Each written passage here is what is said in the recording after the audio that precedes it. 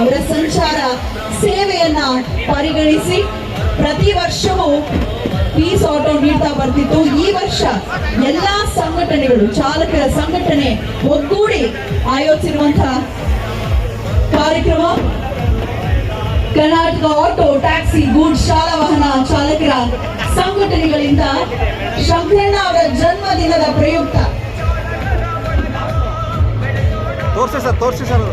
11ನೇ ವರ್ಷದ ಚಾಲಕರ ದಿನಾಚರಣೆ ಹಾಗೂ ಕನ್ನಡ ತಾಯಿಯ ಉತ್ಸವ ರಾಜ್ಯೋತ್ಸವವನ್ನ ವಿಭಿನ್ನವಾಗಿ ಅರ್ಥಪೂರ್ಣವಾದ ರೀತಿಯಲ್ಲಿ ಆಯೋಜಿಸಿರೋದು ಶ್ಲಾಘನಾರ್ಹ.